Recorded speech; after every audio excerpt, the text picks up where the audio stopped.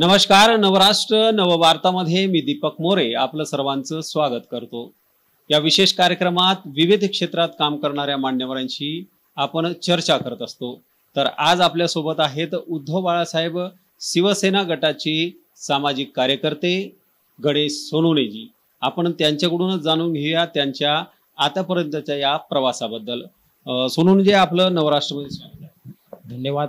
जय भीम, जय महाराष्ट्र। आज आपल्या नवराष्ट्र चॅनल माध्यमातून मला आपण बोलण्याची जी संधी दिली त्याबद्दल मी आपले आभार व्यक्त करतो। सोनवणे साहेब, मला सांगा की आपण जे गेल्या 20-30 वर्षापासून सामाजिक क्षेत्रात काम करत आहात, तर आपला जो काही प्रवास आहे तो त्याबद्दल माहिती। खरं म्हटलं तर मी एक ग्रामीण भागातील व्यक्ती असून हाथडी माझं गाव आहे आणि त्या गावामध्ये पासून जे माझं राजकारण चालू झालं ते आज बुलढाणा जिल्ह्यापर्यंत या ठिकाणी पोहोचलं।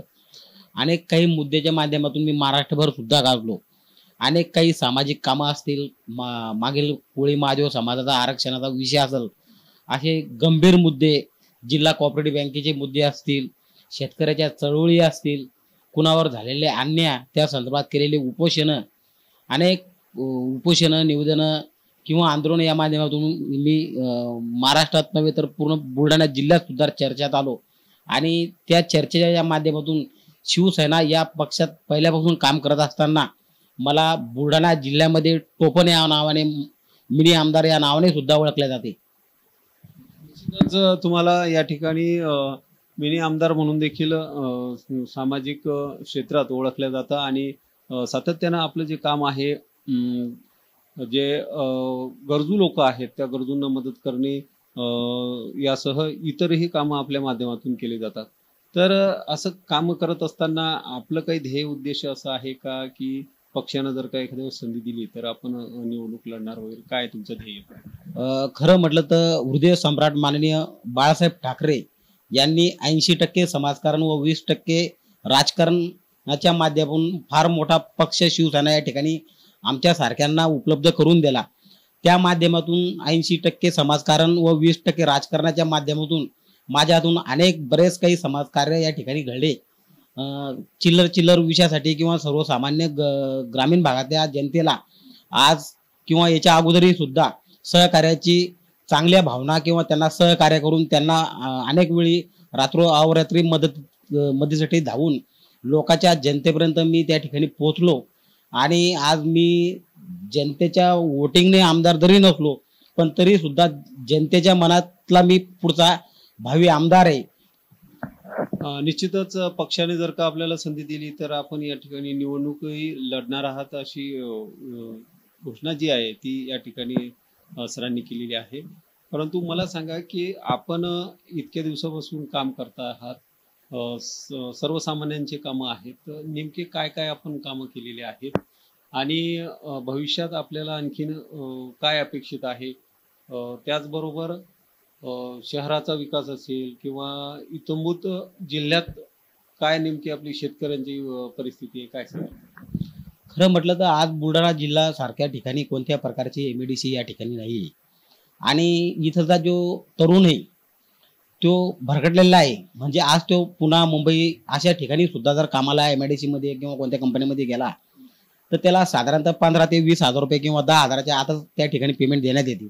आज त्या ठिकाणची परिस्थिती जर आपण पाहिली तर त्या ठिकाणी रूम भाडं 3 ते 4 हजार रुपये द्यायला लागतं आणि मेसचा खर्च तुमचा 4 हजार रुपये पकडा, म्हणजे त्याला शिल्लक काहीच उरत नाही। तो ज्या कामाच्या उद्देशाने त्या ठिकाणी गेलेला असतो परंतु येताना तो खिशात कोणत्याही प्रकारचा पैसा आईवडिलाच्या खर्चासाठी किंवा साठी आणू शकत नाही।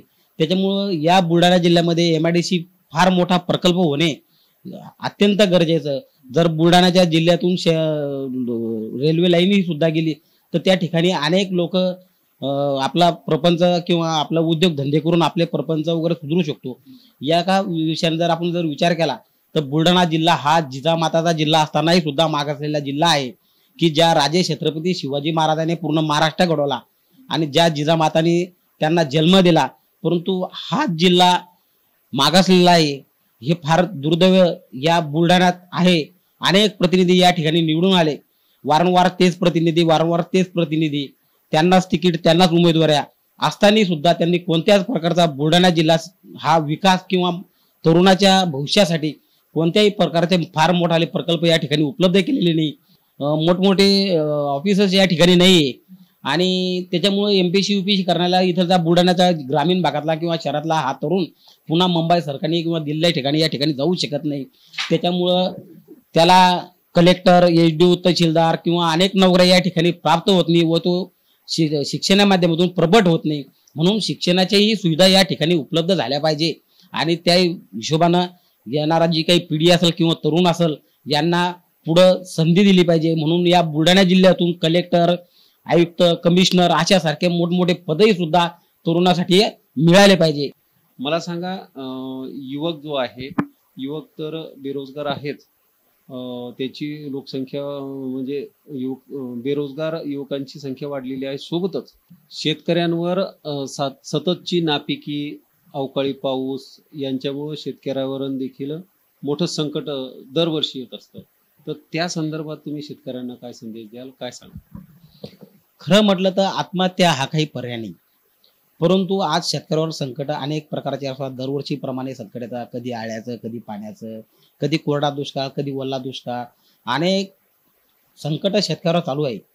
असे संकट चालू असताना हेक्टरी सरकार देऊन काय देतं? 2 किंवा 3 हजार रुपये. 2 आणि 3 हजार मध्ये काय होतं?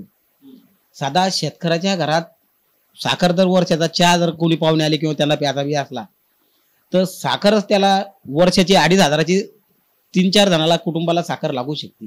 त्या माध्यमातून मग 2.5 आणि 3 हजार रुपये जर गव्हर्नमेंट सरकार देत असेल तर त्या शेतकऱ्यांनी काय करावं? त्यामुळे तो मुलीचे लग्न, मुलाचे शिक्षण याच्यात तो 2.5 आणि 3 हजारात काहीच करू शकत नाही. मागील आपण 8-10 वर्षापासून पाहिलं तर कोणत्याच पिकाला हमी भाव नाही. आज खताची भाव काय आहे, बियाण्याचे भाव काय आहे, शेतकऱ्याचे पेरणीचे ट्रॅक्टर किती घेतं, डिझेलचे भाव काय आहे, या हिशोबाने शेती आता ही बुलढाण्यात पूर्वासारखी नाही झाली. बुलढाण्यात नाही तर महाराष्ट्रात सुद्धा पुरत नाही आणि शेतकऱ्याच्या मालाला भाव नसल्यामुळे तो त्याचं परपंच सुद्धा चालू शकत नाही. त्याच्यामुळे तो कर्जबाजारी होतो, सावकारकीचे कर्ज काढतो, बँकेचे कर्ज काढतं, बँका फेडता येत नाही आणि असे असताना सुद्धा शेतकऱ्याचं कर्जही सुद्धा माफ केलं गव्हर्नमेंटनी तरी सुद्धा शेतकरी हा खुश नसतो, कारण त्याच्याकडे बँक बॅलन्स नसतं. म्हणजे आर्थिक साधन त्याला जर उपलब्ध करून दिलं, आज मी जसं आपल्याला तरुणाला बोललो व्यवसायाचा विषय वगैरे, असा जर व्यवसाय वगैरे शेतकऱ्यांना फार मोठ्या प्रमाणात बुलढाण्यात उपलब्ध करून दिला तर इथलचा शेतकरी निश्चित सुखी होईल. परंतु आज मला वाटतं 5 वर्षापासून आणि आताचं जे सरकार आहे या बुलढाण्याच्या जिल्ह्याच्या माध्यमातून जो विहिरी या ठिकाणी शेतकऱ्यांना देण्यात होते त्या, परंतु जे आपलं पाणी तपासणी ऑफिस आहे या ठिकाणी शेतकऱ्यांना दाखला देत नाही. त्याच्यामुळं हा विषय मंत्रालयात सुद्धा अनेक वेळेस अधिवेशनात काही प्रतिनिधींनी मांडलेला आहे. मग ती श्रोताताई माले असेल, सन्माननीय आमदार संजय गायकवाड जे असतील यांच्या माध्यमातून मांडण्यात आला. सरकार असतानाही सुद्धा बुलढाणा जिल्ह्यामध्ये शेतकऱ्यासाठी ज्या शासनाच्या योजना विहिरीच्या असतात, मग ती रोजगार हमी असेल, डॉक्टर बाबासाहेब सोलंबी योजना असेल, अशा विहिरीच्या योजना महाराष्ट्र सरकार देत असतानाही सुद्धा बुलढाणा जिल्ह्याचं जे पाणी नियंत्रण तपासणी ऑफिस आहे ते दाखला शेतकऱ्याला देत नाही आणि त्या दाखल्यामुळं या ठिकाणी विहिरी शेतकऱ्याच्या मंजूर होत नाही. जर ते ऑफिस या ठिकाणी जर दाखला देत नाही, का देत नाही? बुलढाणा जिल्ह्यात पाणी नाही का? जमिनीत पाणी नाही का? जर जमिनीत पाणीच नाही मग ते दाखला देत नाही. तर मग अशा याच्यावर कुठे फार मोठी प्रक्रिया करून धरणाचे मोठमोठे प्रकल्प आणून या ठिकाणी जसं माग भाजपच्या काळात पाणी अडवा पाणी जिरवा योजना या ठिकाणी करण्यात आली होती, त्या प्रकारच्या योजना या ठिकाणी राबवून या ठिकाणी शेतकऱ्याला व जमिनीत पाणी कसं उपलब्ध करून देता येईल आणि ग्रामीण भागातल्या महिलाचा जी पाण्याची समस्या असते ती महिला दररोज सकाळी उठली की 2 तास पाणी भरते. मग तिनं घरी स्वयंपाक केव्हा करायचा, जेवण कधी बनवायचं, कामाला कधी जायचं, म्हणजे विनाकारण टाइम वेस्ट होतो आणि त्यामुळे महिलाचा पूर्ण दिवस त्या ठिकाणी जातो. त्याच्यामुळे शेतातले कामं रखडतात, मुलाचे जे काही कामं असतील, शिक्षण घेण्याचे असतील ते सगळे रखडतात. म्हणून भौगोलिक ज्या सुविधा असतील जसं ग्रामपंचायतला पाणी, नळ, नाले सफाई अशा ज्या सुविधा आहे या सुविधापासून ग्रामीण भाग हा ओरफळत आहे आणि तिथे काबड कष्ट त्या ठिकाणी होत आहे. म्हणून अशा ज्या जनहिताच्या सुविधा आहे या सुविधा सरकारच्या माध्यमातून सोडवण्यात आले पाहिजे. त्यामुळे ग्रामीण जीवन हे विस्कळीत झालेलं आहे, ते विस्कळू देऊ नका, ते लाईनीवर आणण्यात यावे असंही सुद्धा मी आपल्या माध्यमातून सरकारला सांगतो. आपण या ठिकाणी सामाजिक क्षेत्रात बऱ्याच दिवसापासून काम करतो. तर मला एक गोष्ट सांगा की आता सध्याची स्थिती पाहता आपण शासनाला काय मागणी कराल, काय काय केलं? शासनाने तर पहिल्या शेतकऱ्याच्या समस्या सोडणं फार गरजेचं आहे. जर आपण जर म्हणतो जय जवान जय किसान, आज आपण जर विचार केला तर किसानच जर सुखी नसल तर या देशाला अन्न पोचणारा जर बळीराजा सुखी नसल तर हा देश सुखी कसा? ज्या शेतकऱ्याने आपल्या शेतात जर पिकलंच नाही आणि ते शहरा भागात किंवा इतर ठिकाणी जर गेलंच नाही तर देशावर उपासमारीची पाळी या ठिकाणी येऊ शकते. म्हणून सर्वप्रथम सरकारने बळीराजाला पाठिंबा देऊन शेतकऱ्यासाठी ज्या ज्या योजना करता येईल, शेतकरी कसा प्रगतिशील करता येईल.